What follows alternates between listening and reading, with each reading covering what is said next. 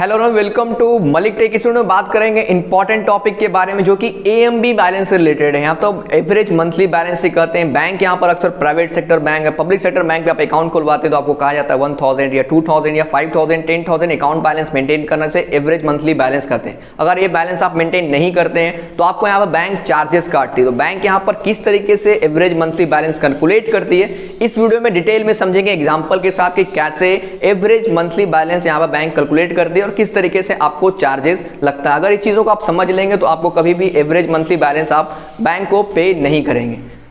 तो दोस्तों ये वीडियो जो है आपको लैंडस्केप मोड में करके देखना, कुछ इस तरीके से मोबाइल को आपको घुमा लेना, तब वीडियो देखेंगे। तो मैंने पेपर में बताया है तो आप चीज़ों को बढ़िया से समझ पाएंगे। तो चलिए वीडियो शुरू करते हैं। तो दोस्तों यहाँ पर समझेंगे एएमबी बैलेंस कैसे बैंक निकालती है और कैसे आपको चार्ज लेती है एएमबी बैलेंस का। तो यहाँ पर एक एग्जांपल से समझेंगे, बढ़िया से देखिएगा लास्ट तक तो सारी चीज़ें आप समझ पाएंगे और कभी भी आप एएमबी चार्जेस आप बैंक को नहीं पे करेंगे अगर ये चीज़ें समझ जाएंगे। बहुत लोगों का एएमबी चार्जेस प्राइवेट बैंक काट लेती है, तो ये आप रीज़न समझ लेंगे किस लिए कैसे कैलकुलेशन होता है एएमबी बैलेंस का, तो आपको कोई बैलेंस वगैरह कभी नहीं कटेगा। तो चलिए एग्जाम्पल से समझते हैं। तो मैंने कुछ फॉर्मेट पहले से ही बना के रखे हैं कि ज़्यादा वीडियो लंबा ना हो, इसलिए फॉर्मेट मैंने पहले ही बना लिया। सिर्फ यहाँ पर मैं अमाउंट वगैरह फिलअप करूँगा, वो चीज़ें आपको देखनी है। तो चलिए देखते हैं। तो यहाँ पर मैंने एज्यूम किया है एवरेज मंथली बैलेंस 10,000 रुपीज़ की। आपका एवरेज मंथली बैलेंस जो है 10,000 मेंटेन करना, जो बैंक आपने अकाउंट खुलवाया 10,000 वाला। अगर सेमी अर्बन रूरल एरियाज़ में होता है तो 5,000 होता है, लेकिन ये मैंने 10,000 एज्यूम किया है। ठीक है, तो यहाँ पर आपका मैं डेट लेता हूँ 1 जून। तो 1 जून को आपको,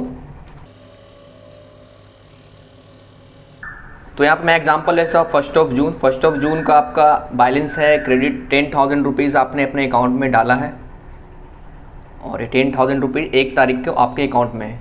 आपने कोई डेबिट नहीं किया है, जीरो बैलेंस, आपने कोई पैसा नहीं निकाला। क्लोजिंग बैलेंस भी आपका 10,000 रुपीज़ ही बचा सेम डेज में। यहाँ तक क्लियर है। फिर आपको 11 तारीख को आप आएँ 11 जून को। 11 जून को आपको कोई काम पड़ता है, आप कोई डिपॉजिट नहीं करते, लेकिन 5,000 रुपीज़ आप अपने अकाउंट से निकाल लेते हैं, तो आपका क्लोजिंग बैलेंस फिर 5,000 बढ़ जाता है आपका अकाउंट में। फिर आप जो है 19 जून को 6,000 रुपीज़ आप क्रेडिट करते हैं अपने अकाउंट में, डिपॉजिट करते हैं 6,000 रुपीज़, और आप कोई डेबिट वहाँ पर नहीं करते हैं, कोई पैसा नहीं निकालते हैं, सिर्फ आप क्रेडिट करते हैं। तो आपके अकाउंट बैलेंस वहाँ पर 11,000 रुपये हो जाती है। फिर आप जो है 25 जून को आते हैं और यहाँ पर आप कोई क्रेडिट नहीं करते हैं, लेकिन यहाँ पर आपको कोई काम पड़ता है और 1,000 रुपीज़ आप सेम डेज में 25 जून को निकाल लेते हैं अपने अकाउंट से, तो आपका उस दिन क्लोजिंग बैलेंस 10,000 रुपीज़ हो जाता है। अब यहाँ पर बहुत लोगों को लगता है कि मेरे अकाउंट में 10,000 रुपीज़ तो बच गए हैं, तो अब मेरा अकाउंट बैलेंस मेंटेन हो गया, लेकिन ऐसा नहीं है। अब बैंक आपको किस तरीके से चार्ज लगाएगी इस पर ये देखेंगे। आपको लग रहा है कि मेरे अकाउंट में 10,000 रुपीज़ तो है ही हैं, अब एवरेज मंथली बैलेंस जो मैंने खुलवाया था वो मेंटेन हो गया, तो ऐसा नहीं है। अब यहाँ पर बैंक कैलकुलेशन किस तरह से करती है, तो आप 1 जून को आएंगे, 1 जून 2020 से 11 जून 2020 में। तो यहाँ पर आपका 10 डेज़ का गैप है। 10 डेज़ के ड्यूरिंग आपका अकाउंट बैलेंस क्लोजिंग कितना होता है, 10,000 रुपीज़ आपका अकाउंट में रहता है 1 से 11 तारीख 10 तारीख के बीच में, 10 दिन के अंदर। तो आप यहाँ 10,000 से इंटू कर लेंगे इसको, तो यहाँ कितना हो जाएगा, ये 1 लाख रुपीज़। ठीक है, फिर बैंक आपका कैलकुलेशन करेगी यहाँ पर 11 जून 2020 से आपके अकाउंट में बैलेंस होता है 5,000 कितना तारीख तक, 19 जून तक। तो यहाँ पर कितने दिन का गैप हुआ, 8 डेज़ का। 8 डेज़ में आपके अकाउंट में बैलेंस आता है 5,000 रुपीज़ क्लोजिंग बैलेंस, तो यहाँ पर 40,000 रुपये ये बैंक काउंट करेगी यहाँ पर। फिर आता है 19 जून से 19 जून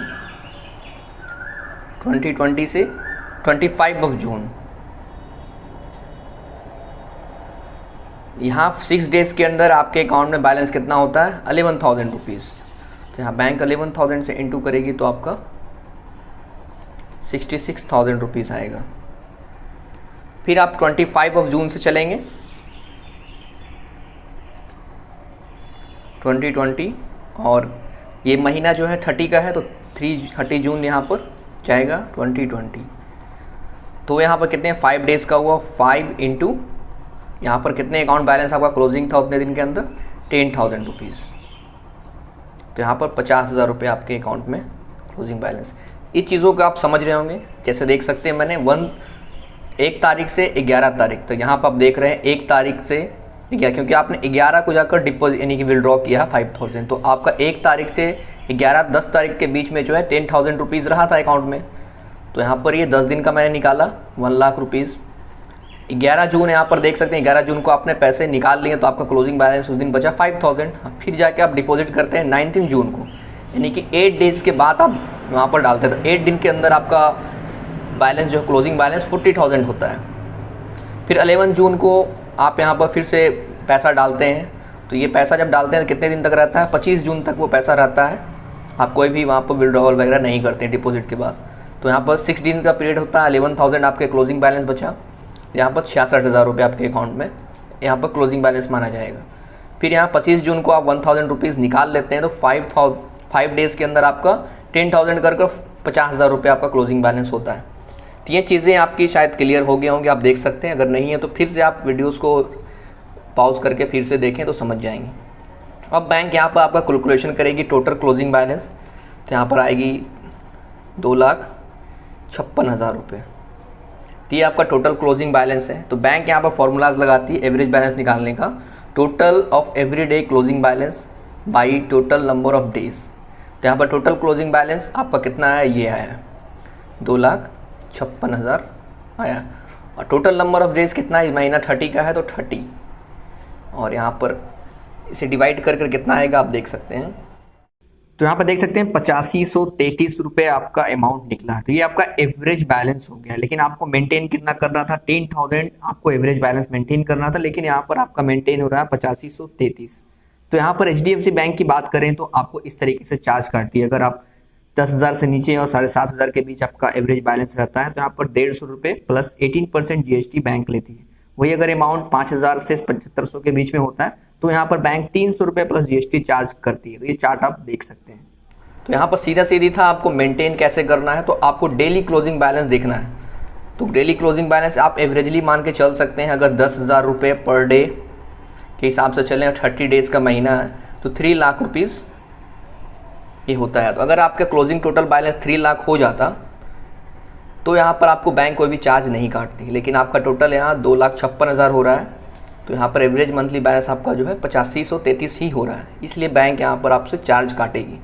तो आपको इस तरीके से average monthly balance calculate bank करती है और आपको ध्यान में रखना है। यहाँ पर एक और एग्जांपल से समझते हैं। 1 जुलाई को अगर आप अपने अकाउंट में 50,000 रुपये डिपॉजिट करते हैं, 50,000 आपके अकाउंट में है, आप कोई भी डेबिट वहाँ पर नहीं करते हैं, तो आपका क्लोजिंग बैलेंस यहाँ पर 50,000 रुपीज़ बचेगा आपके अकाउंट में। आप 10 डेज़ के अंदर नहीं 10 दिन तक कोई भी ट्रांजेक्शन नहीं करते हैं, आपके अकाउंट में 50,000 भी लगातार कंटिन्यू रहते हैं। आप 11 जुलाई को आते हैं और यहाँ पर 50,000 रुपये पूरे आप अपने अकाउंट से निकाल लेते हैं, तो आपका क्लोजिंग बैलेंस 0 हो जाता है और ये कंटिन्यू मंथ में रहता है। आप इसे कोई भी 0 ही रखते हैं आप पूरे मंथ में। 31 जुलाई तक यहाँ पर कोई भी ट्रांजेक्शन आप नहीं करते हैं।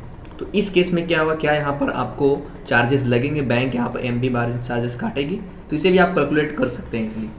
जैसा कि 1 जुलाई को आप देख रहे हैं, 1 जुलाई से 11 जुलाई तक 10 डेज़ के अंदर 11 जुलाई यहाँ पर 10 डेज़ तक यहाँ पर 50,000 रुपये आपके अकाउंट में रहते हैं, 50,000 रुपीज़।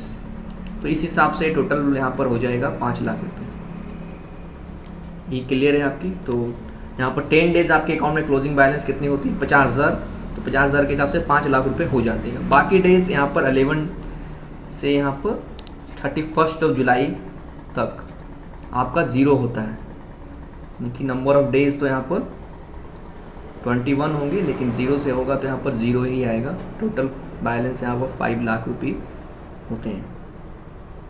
तो यहाँ पर इस केस में आप क्या करेंगे? डिवाइड करेंगे total of number of days से। आप फॉर्मूला जानते हैं, 50,000 5 लाख डिवाइड बाई 31। तो यहाँ पर क्या आपको मिलेगा? यहाँ पर 16,129 0.3। तो ये आपका एवरेज निकल जाता है। लेकिन आपको एवरेज मंथली बैलेंस कितना मेंटेन करना था? 10,000, लेकिन यहाँ पर मेंटेन हो रहा 16,000। तो आपको यहाँ पर बैंक कोई भी चार्जेस नहीं काटेगी, क्योंकि आपने पहले ही डेज में आप मेंटेन कर लिया है। तो आप पूरे मंथ अब 0 भी रखते हैं तो कोई आपको चार्जेस नहीं लिए जाएंगे। इस तरीके से AMB बैलेंस कैलकुलेशन होता है। तो आपने एग्जाम्पल से अपने एवरेज बैलेंस को कैलकुलेट कर देख सकते हैं इस तरीके से।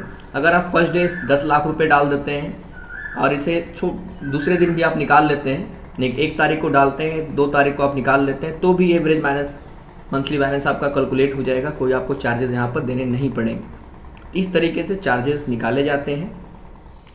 तो दोस्तों बैंक इसी तरीके से एएमबी बैलेंस जैसे एवरेज मंथली बैलेंस करते हैं, इस तरीके से कैलकुलेट करते हैं और इस तरीके से आपको चार्जेस लगाते हैं, जैसा कि आपने इस वीडियो के एग्जांपल में देखा। आई होप कि वीडियो आपको अच्छा लगा हो। वीडियो अच्छा लगा तो चैनल को सब्सक्राइब जरूर कर लें, वीडियो को लाइक। मेरे चैनल पर ऐसे ही बैंकिंग से रिलेटेड वीडियोज मिलते रहते हैं। इस वीडियो से रिलेटेड कोई भी सवाल और क्वेश्चन और क्वारीज है नीचे कमेंट बॉक्स में कमेंट करके पूछ सकते हैं, नहीं तो आप मुझे इंस्टाग्राम पर फॉलो करके मैसेज भी कर सकते हैं। मेरा इंस्टाग्राम की आईडी आपको यहाँ पर दिख रही होगी, तो आप मैसेज करके आप कोई पर्सनल सवाल है तो आप पूछ सकते हैं।